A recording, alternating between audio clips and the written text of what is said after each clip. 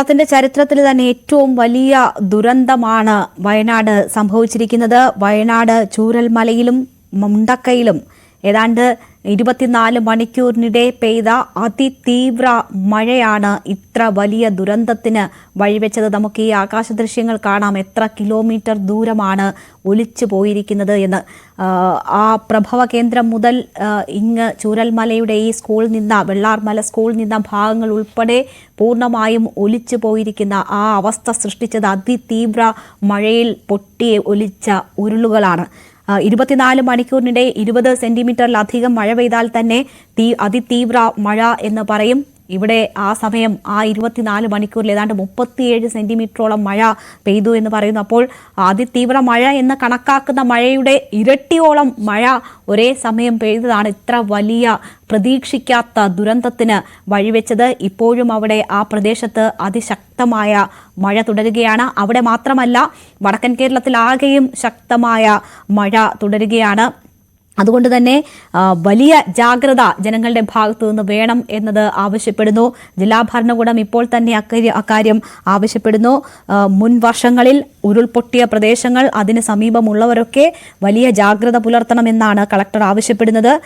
കുറുമ്പാലക്കോട്ട, ലക്കിടി, മണിക്കുന്നുമല, മുട്ടിൽ, കോൽപ്പാറ colony, Kappikkalam, Sugandhagiri, Pozhuthana പ്രദേശങ്ങളിൽ അതീവ ജാഗ്രത പുലർത്തണമെന്ന പ്രത്യേക നിർദ്ദേശവും കളക്ടർ നൽകുകയാണ്. അപകട ഭീഷണി നിലനിൽക്കുന്നതിനാൽ ക്യാമ്പിലേക്ക് മാറിപ്പോകാൻ ജനങ്ങളോട് അഭ്യർത്ഥിച്ചിട്ടുണ്ട്. 82 ക്യാമ്പുകളാണ് അവിടെ സജ്ജമാക്കിയിരിക്കുന്നത്. ആ ക്യാമ്പുകളിലേക്ക് മാറണമെന്ന നിർദ്ദേശം നൽകിയിട്ടുണ്ട്. പക്ഷേ ആദിവാസി കോളനികളിലും മറ്റും ഇപ്പോഴും പലരും മാറി താമസിക്കാൻ തയ്യാറാകുന്നില്ല എന്ന കാര്യം മുഖ്യമന്ത്രി വാർത്താസമ്മേളനത്തിൽ സൂചിപ്പിച്ചിരുന്നു.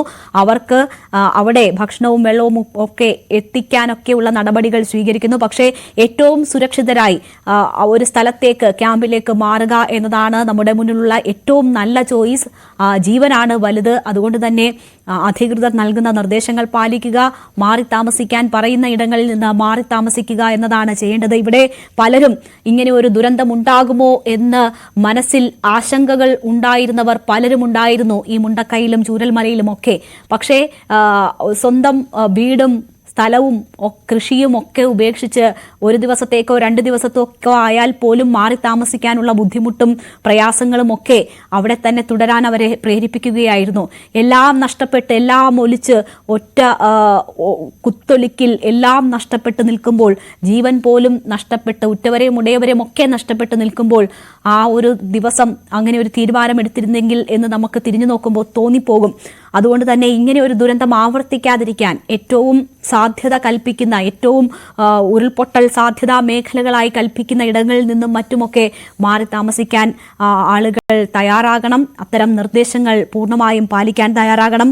ഇന്നും പലയിടങ്ങളിലും അതിതീവ്ര മഴയ്ക്കുള്ള സാധ്യതകൾ പറയുന്നുണ്ട്. വിദ്യാഭ്യാസ സ്ഥാപനങ്ങൾക്ക് ഏതാണ്ട് 8 ജില്ലകളിൽ അവധി പ്രഖ്യാപിക്കുന്ന സാഹചര്യമുണ്ട്. എന്തായാലും നമ്മൾ ഇപ്പോൾ കാണുന്നത് ഒരു പ്രദേശത്തെ ആകെ ഇല്ലായ്മ ചെയ്തുകൊണ്ടുള്ള കുത്തൊഴുക്കിന്റെ കൂടുതൽ ചിത്രങ്ങളാണ്. അവിടങ്ങളിൽ ഉണ്ടായിരുന്ന വീടുകൾ, സ്ഥാപനങ്ങൾ, കെട്ടിടങ്ങൾ, മരങ്ങൾ ഇതൊന്നും തന്നെ കാണാനില്ല. വലിയ ഒരു പുഴയായി ആ വെള്ളപ്പാച്ചിൽ മാറിയിരിക്കുന്ന സാഹചര്യമാണ് അവിടെ ഉള്ളത്. നേരത്തെ നമ്മളോട് ഷംനസ് സൂചിപ്പിച്ചു, ചാലിയാറിലൂടെ ഒഴുകിയെത്തുന്ന മൃതദേഹങ്ങൾ, അത് നെഞ്ചു പിളർക്കുന്ന കാഴ്ചയാണ്. ഇവിടങ്ങളിൽ നിന്ന് ഇത്രയധികം കിലോമീറ്റർ വനമേഖലയും ഒക്കെ കടന്നാണ് ചാലിയാറിൽ മൃതദേഹങ്ങൾ ഒഴുകിയെത്തുന്നത്. പല മൃതദേഹങ്ങളും വികൃതമായി തിരിച്ചറിയാൻ കഴിയാത്ത അവസ്ഥയിലാണ്. ചിലത് അവയവഭാഗങ്ങളായി മാത്രമാണ് രക്ഷാപ്രവർത്തകർക്ക് കണ്ടെടുക്കാനാകുന്നത്. അവിടെ നിന്ന് എന്തായാലും മൃതദേഹങ്ങൾ ഇന്ന് തിരിച്ച് വയനാട്ടിലേക്ക് കൊണ്ടുവന്നു.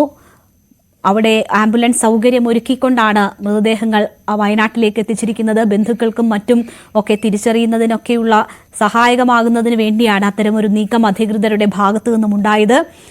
മേപ്പാടി സ്കൂളിലാണ് ഈ മൃതദേഹങ്ങൾ എത്തിച്ചത്. അവിടെ നിന്ന് ഷബീർ തയ്യാറാക്കിയ റിപ്പോർട്ട് കാണാം. ഞാനിപ്പോൾ നിൽക്കുന്നത് മലപ്പുറം ജില്ലയിലെ നിലമ്പൂരിൽ നിന്നും മൃതദേഹങ്ങൾ കൊണ്ടുവന്ന് അത് സൂക്ഷിച്ചിരിക്കുന്ന ഒരു കേന്ദ്രത്തിന്റെ മുന്നിലാണ്.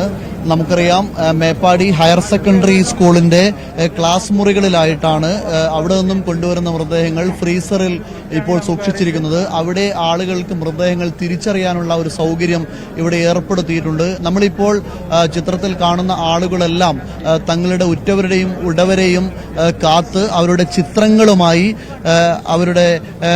അവർ തേടുന്ന ആളുകൾ ഇവിടെ ഉണ്ടോ എന്ന് അന്വേഷിച്ചുകൊണ്ടിരിക്കുന്ന ഒരു കാഴ്ച. അതിനുള്ള സൗകര്യം അവർക്ക് ഇവിടെ ഏർപ്പെടുത്തിയിട്ടുണ്ട്. ക്യൂ ആയി ആളുകളെ അകത്തേക്ക് കയറ്റിവിട്ട് എല്ലാ മൃതദേഹങ്ങളും പരിശോധിക്കാൻ കഴിയുന്ന തരത്തിലുള്ള ഒരു സംവിധാനം ഇവിടെ ഏർപ്പെടുത്തിയിട്ടുണ്ട്.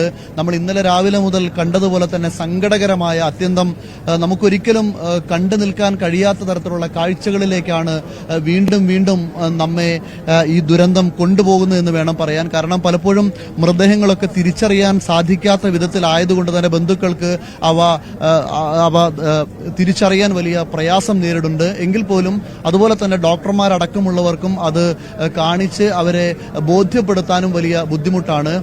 ഓരോരുത്തരും എല്ലാ പ്രതീക്ഷകളും നഷ്ടപ്പെട്ടുവെങ്കിലും ഇപ്പോൾ ആളുകൾ കടന്നു വരുന്നത് അവസാനമായി അവരുടെ മൃതദേഹമെങ്കിലും ഒന്ന് കിട്ടിയിരുന്നെങ്കിൽ അത് കൊണ്ടുപോയി സംസ്കരിക്കാനാകുമെന്ന ഒരു പ്രതീക്ഷയോടുകൂടിയാണ് ഓരോരുത്തരും ഇവിടെ എത്തുന്നത്. അതിൽ ഉറ്റവരുണ്ട്, ഉടയവരുണ്ട്, മക്കളുണ്ട്, പിതാവുണ്ട്, കുടുംബത്തിൽ എല്ലാവരും നഷ്ടപ്പെട്ട പലരുമുണ്ട്. അവരുടെ എല്ലാം ഞാൻ നേരത്തെ സൂചിപ്പിച്ചതുപോലെ തന്നെ പ്രതീക്ഷയൊന്നുമില്ലെങ്കിൽ പോലും അവസാനമായി ഈ മൃതദേഹം ഒന്ന് കണ്ടുകിട്ടുകയാണെങ്കിൽ ഞങ്ങൾക്ക് സംസ്കരിക്കാമായിരുന്നു എന്നുള്ള ഒരു പ്രതീക്ഷയോടുകൂടിയാണ് എല്ലാവരും വരുന്നത്. എന്നോടൊപ്പം സൈഫുദ്ദീൻ ഉണ്ട്. സൈഫു, എന്താണ് ഇപ്പോ ജ്യേഷ്ഠനാണോ കാണാതായത്? ജ്യേഷ്ഠന് ഭാര്യ, ഒരു മകൻ നഷ്ടപ്പെട്ടിട്ടുണ്ട്. ഫുള്ള് തെരഞ്ഞ് എവിടെയും കിട്ടിയില്ല. ക്യാമ്പുകളിലൊക്കെ ഞങ്ങൾ അന്വേഷിച്ച് എവിടെയും കിട്ടിയില്ല. ഇപ്പോൾ ഇവിടെ വരുന്ന ഓരോ ബോഡി ഞങ്ങൾ ചെക്ക് ചെയ്തുകൊണ്ടിരിക്കുകയാണ്. അവിടെ കിട്ടിയിട്ടില്ല. ഇതുവരെ ഞങ്ങളിത് വെയിറ്റ് ചെയ്തുകൊണ്ടിരിക്കുകയാണ്. ഇപ്പൊ ഇത് നിലമ്പൂർ ഭാഗത്ത് ചാലിയാർപ്പുഴയിൽ നിന്നും കിട്ടിയ ബോഡികളാണ് ഇപ്പൊ ഇങ്ങോട്ട് കൊണ്ടുവരുന്നത്. ഈ മുണ്ടക്കയിൽ നിന്നും ലഭിച്ച, അല്ലെങ്കിൽ നമ്മുടെ താഴ്ഭാഗത്ത് നിന്ന് സ്കൂളിന്റെ പരിസരത്ത് നിന്നൊക്കെ ലഭിച്ച മൃതദേഹങ്ങളൊക്കെ അപ്പുറത്ത് ആശുപത്രിയിലാണ്. അവിടെ പോയി പരിശോധിച്ചിരുന്നു. അവിടെയൊക്കെ ഞങ്ങൾ പരിശോധിച്ചതാ. ഓരോ ക്യാമ്പുകളിലും ഓരോ ബോഡികൾ വരുമ്പോഴൊക്കെ ഞങ്ങൾ ചർച്ച ചെയ്തിട്ടുണ്ട്. അതിലൊന്നും കണ്ടിട്ടില്ല. ഇപ്പോൾ ഇവിടെ വന്ന ബോഡികളൊക്കെ ഞങ്ങൾ സെർച്ച് ചെയ്ത് നോക്കി, അതിലും കണ്ടിട്ടില്ലത്. ഭാര്യയുണ്ട്, ഏട്ടനുണ്ട്, ഏട്ടന്റെ ഭാര്യയുണ്ട്, ഒരു മോനുണ്ട്, 8 വയസ്സായ ഒരു മോനുണ്ട്. ഇവർ 3 ആൾ ഞങ്ങൾക്ക് മിസ്സിംഗ് ആണ്. ബാക്കി ഞങ്ങളെല്ലാം സേഫാണ്. ഇങ്ങനെയാണ് വളരെ അതിസങ്കടകരമായ കാഴ്ചകളിലേക്ക് നമ്മൾ വീണ്ടും വീണ്ടും പോയിക്കൊണ്ടിരിക്കുകയാണ്. പലർക്കും ഇനി ഇതിൽ ഞാൻ നേരത്തെ സൂചിപ്പിച്ചതുപോലെ തന്നെ ഒരു പ്രയാസം നേരിടുന്നത് ഇവിടെ ഈ ചാലിയാർപ്പുഴയിൽ നിന്നും ലഭിക്കുന്ന, അല്ലെങ്കിൽ നിലമ്പൂർ ഭാഗത്തു നിന്നും മലപ്പുറത്തു നിന്നും കൊണ്ടുവരുന്നവരുടെ മൃതദേഹങ്ങളാണ് ഇവിടെ ഈ സ്കൂളിന്റെ ക്ലാസ് മുറികളിലായി ഫ്രീസർ സംവിധാനത്തോടുകൂടി സജ്ജീകരിച്ചിരിക്കുന്നത്. എന്നാൽ തൊട്ടപ്പുറത്ത് മുണ്ടക്കൈയിൽ നിന്നും ചൂരൽമലയിൽ നിന്നുമൊക്കെ ലഭിക്കുന്ന മൃതദേഹങ്ങൾ കൊണ്ടുവരുന്നത് തൊട്ടപ്പുറത്ത് ആശുപത്രിയിലെ പ്രത്യേക ടേബിളുകളിലേക്കാണ്.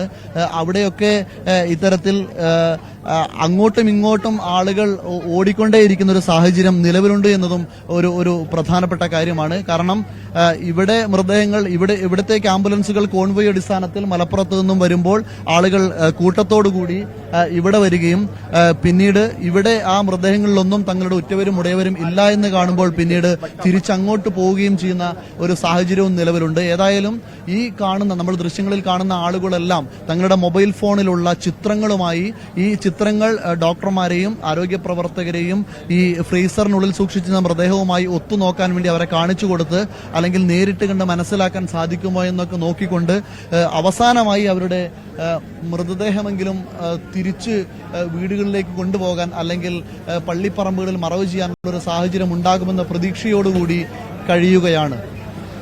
ഷബീറാണ് അവിടെ നിന്നുമുള്ള വിവരങ്ങൾ നൽകിയത്. മേപ്പാടി സ്കൂളിലേക്ക് കൊണ്ടുവന്ന മൃതദേഹങ്ങൾ അവിടെ സൂക്ഷിക്കുകയാണ്. ബന്ധുക്കൾക്ക് കാണാനും ഐഡന്റിഫൈ ചെയ്യാനും ഒക്കെയുള്ള സൗകര്യത്തിനായാണ് നിലമ്പൂരിൽ നിന്നും ആംബുലൻസിൽ മൃതദേഹങ്ങൾ, മൊബൈൽ മോർച്ചറിയിൽ സൂക്ഷിച്ചിരിക്കുന്ന മൃതദേഹങ്ങൾ അവിടേക്ക് എത്തിച്ചത്. അവിടെ നിന്നുമുള്ള വിവരങ്ങളാണ് ഷബീർ നമ്മളോട് പങ്കുവച്ചത്. ഇപ്പോൾ ഏറ്റവും ഒടുവിൽ ലഭിക്കുന്ന മഴ മുന്നറിയിപ്പുകൾ അനുസരിച്ച് സംസ്ഥാനത്ത് കനത്ത മഴ തുടരുകയാണ്.